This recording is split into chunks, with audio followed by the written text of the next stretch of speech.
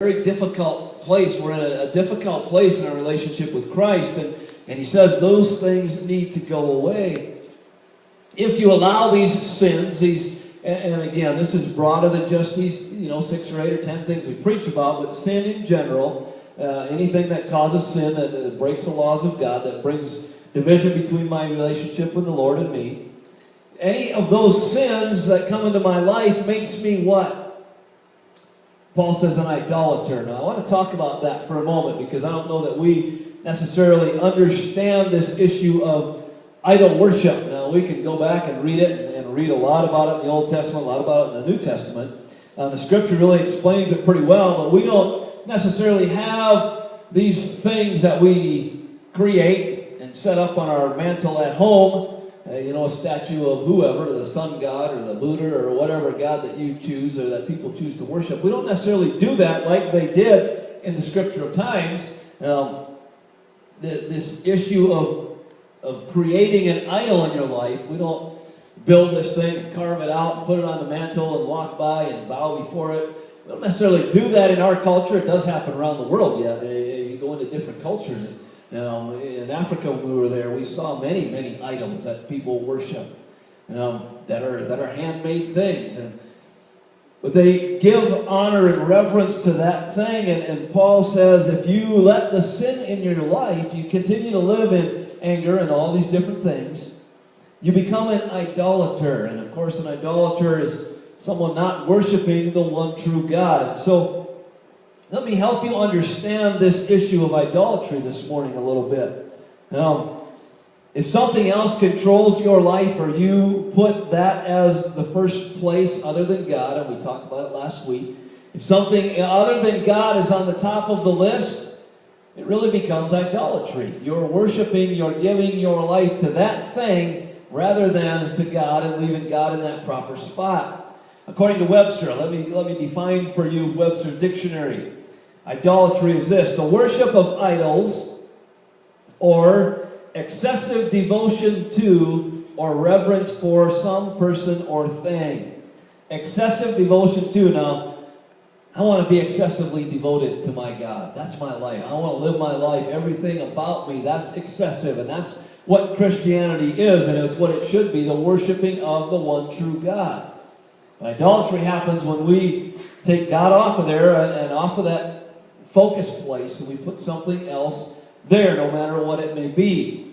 Really, an idol is anything that replaces the one true God in our lives. An idol is anything that replaces the one true God in our lives. The most prevalent form of idolatry in the Bible times, of course, was the worship of images that were thought to embody the various pagan deities. So they made statues of, all these different gods, and the sun god, and all the different things. And then they worship them. And of course, if you study scriptures, the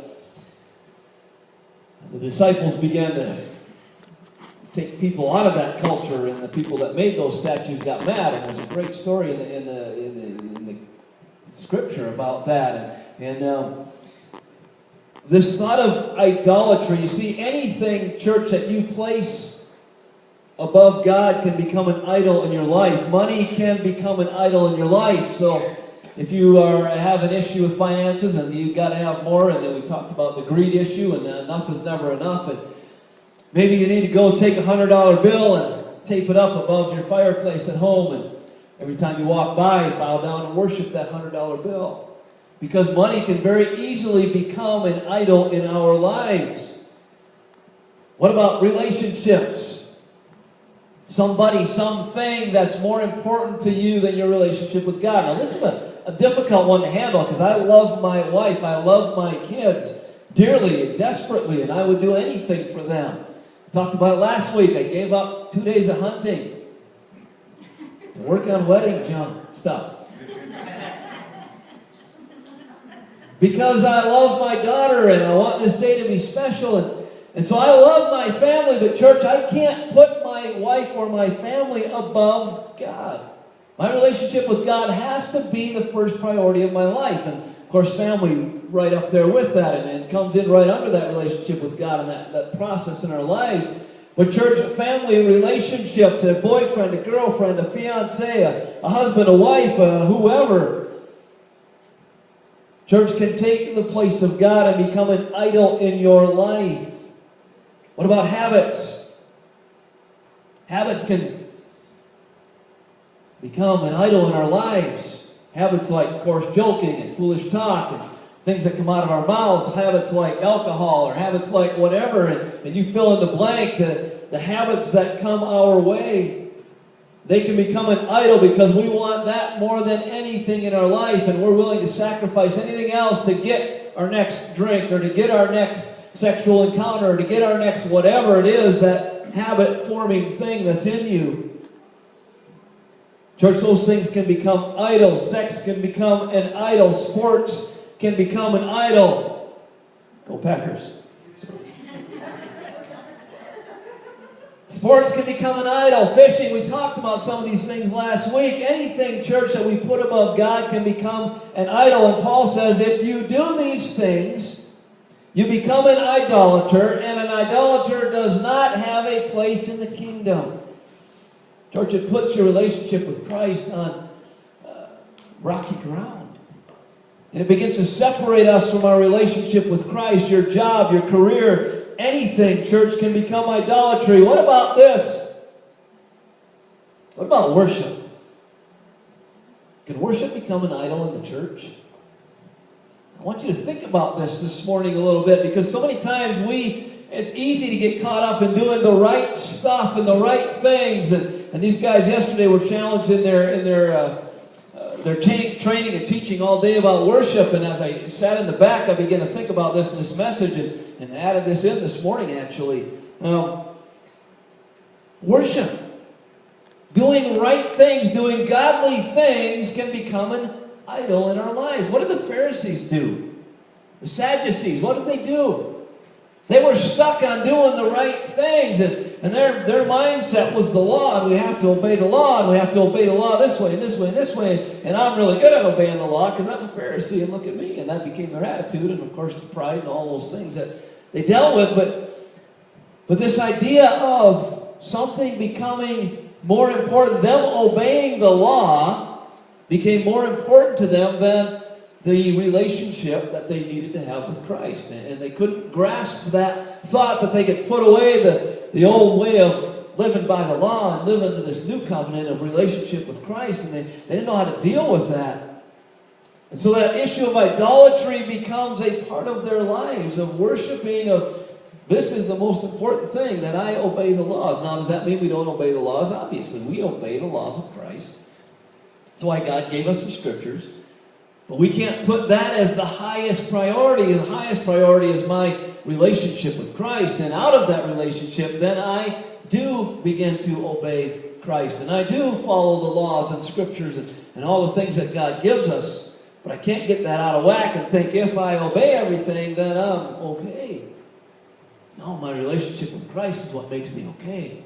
But out of that, then, I begin to do the things that Christ has called me to do. See, worship can become a God in your lives. The church, and I see it going away from that, but over the past years, I've seen churches begin to worship.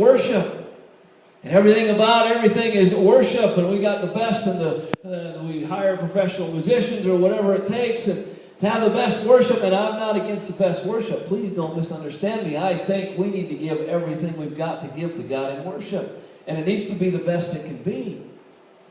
But when we shift it from worshiping God to worshiping worship and making it the foremost thing is the worship team and everything about that and the performance that we put out on a Sunday morning or a Thursday night or a Wednesday night or wherever.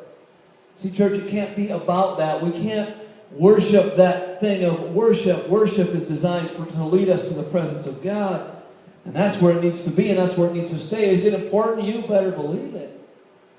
But it can't become the main focus of everything we are, although worship needs to be the main focus of everything we are. So it's kind of a catch-22. I hope you understand what I'm trying to say. But that can't become the pinnacle that we can worship with the best of the best, and we got the best team. And that may be true, but we may be not even scratching the surface of worshiping God. Because our attitude and our mindset isn't right. So church, even godly things can become idols in our lives. We have to be careful about that. Don't let godly things become idols, become things that take precedence over your relationship with Christ. The Old Testament deals very severely with idolatry. What happened with Moses and Aaron? It's a great example of what idolatry is. Moses led the people out of Israel, out of Egypt, and was taking them to the Promised Land, and he goes up on the mountain to meet with God, and he's up there for a while, and the people get bored, and Aaron leads them to an idol. And they all throw in their necklaces and their rings and their nose rings and their whatever other rings they had in those days, and they melt it down and they make this really cool looking golden